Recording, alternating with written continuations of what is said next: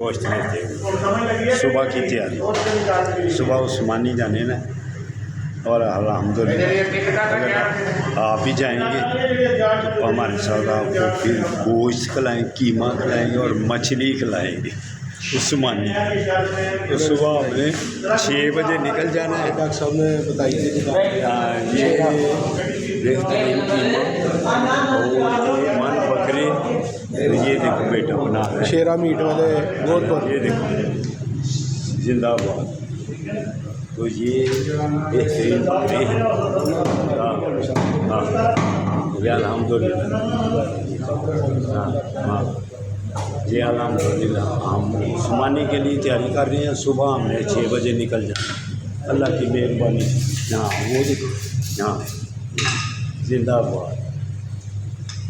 जिसने उस्मानी जाना है हमारे साथ तो तैयार हो जाए। सुबह 6 बजे तक हम आ जाए इंशाअल्लाह। अगर आपको कश्मीर की सैर कराएँगे।